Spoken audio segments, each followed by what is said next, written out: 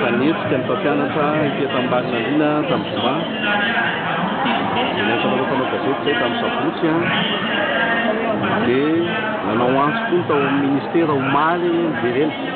Zay zany ny teny hoe akatony daholo aloha ny sekoly fa marary ny mpampianatra tao itolo tao itaky. Niantso ny ministera omaly hoe mivoy daholo ny sekoly. Dia zao nareo fanao gazety raisiko mpampivelona tapona ny sekoly tokony amin'ny mpampianatra taky ny mpampianatra. Ny mpampianatra ny fa mahantra andrika eto Madagasikara sampasakazakana mampalahelo ka zany mijoro ilaina.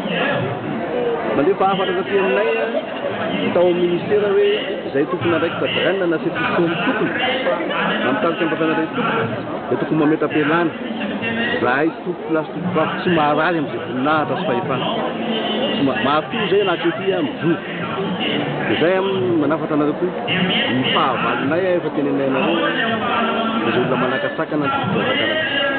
Androany tsy mijanona ny tontolona ity na tsy misy vola mirotsaka ao anaty volim-petesa mpampianatra.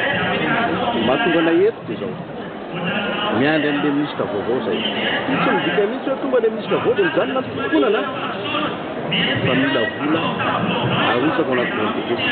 Eo indamnité maro isan-karazana, indamnité de risque, indamnité de logement, indamnité de frais.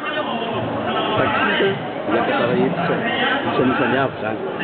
Mpampiakana ny alimement de bien indiciaire zany efa lany tamin'ny andro nandriamatokoa nisy fa ny décret d'application zany ny tsy azo. Fa zao raha mijoro ny mpampianatra zao dia raha mamin'ny tokony ray aman-dreny zay zay mpampianatra. Hainay mandamina an'io ministre ny fampianarana koa efa nataony lavabe. Ndrika efa miprevoir any mety izy grevy amin'ity nataony lavabe amin'ny septembre sy volana août mandeha fanjitra-panjakana. Hainay mandamina an'io mamin'ny tokony ray aman-dreny rehefa maintsy vita sakasandavany programme. Miantso ny mpampianatra saotra ny mpampianatra tonga manokana zao tonga zao.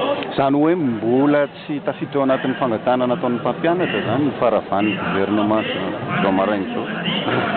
Zao ny tolonange efa nanomboka tamin'ny raika amby roapolo mai tafiditra mpampianatra efa nitolona tany fa zao zay vao tena manambatra edy fa niaraka tamin'ny vahoaka mpampianatra ke vahoaka zay zany efa gouvernement take taminay efa raha vao namoaka ny SSE menay zany zao miandry zay le ministre vaovao miandry le ministre vaovao. Le ministre am'izao efa tsy nahavita za tsy izy mety navita zay vitany fa atreo aloha mba takatra ny sainy disorany izy raha tsy navita izy dia tsokondrano izy andeha hitanao tsokondrano izy andeha misy ministre vaovao avy eo dia miandry an'izay ministre vaovao zay dia zay ministre vaovao zay mila miady evy tamin'ny amin'ny fitakin'ireo dia raha ohatra ka tsy misy vola mirotsaka ao anaty volim-petesa mpampianatra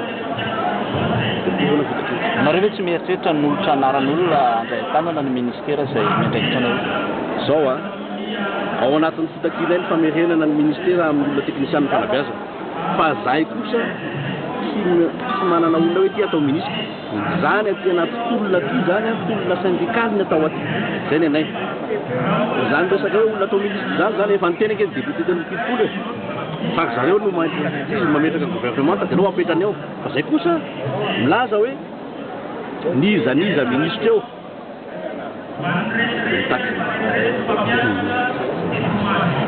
zay zany tsy hoe tonga le ministre zay manko izy hoe ametrahana tolon'ny mpampianatra zay mametravo gouvernement vaovao zany efa ao anatin'ny tolony vahoaka fa ny tolon'ny mpampianatra dia hoe mila misy vola mirotsaka ao anatin'ny volim-petesa atoronay dia ministre eo ahoana ny fomba fanaovana azy ho atoronay izy hoe zao ny fomba fanaovana azy dia misy vola ao ty volontefindratsy za tokony andraiky tao anatin'ny misy fanabeazam-pirenena haiko tsara zany hainay tsara zany dia atoro anazy hoe ty volontefi findetsy ty rubrique ty makafy dia mahazo indamnité mpampianatra nataonay zany tamin'ny taonandro ny ministre teo aloha niakatra 10 000 ariary ny volim-petesa mpampianatra ho atao koa zany amin'izao fotoana ity raha tele ministre vaovao dia ho ataonay atoro anazy.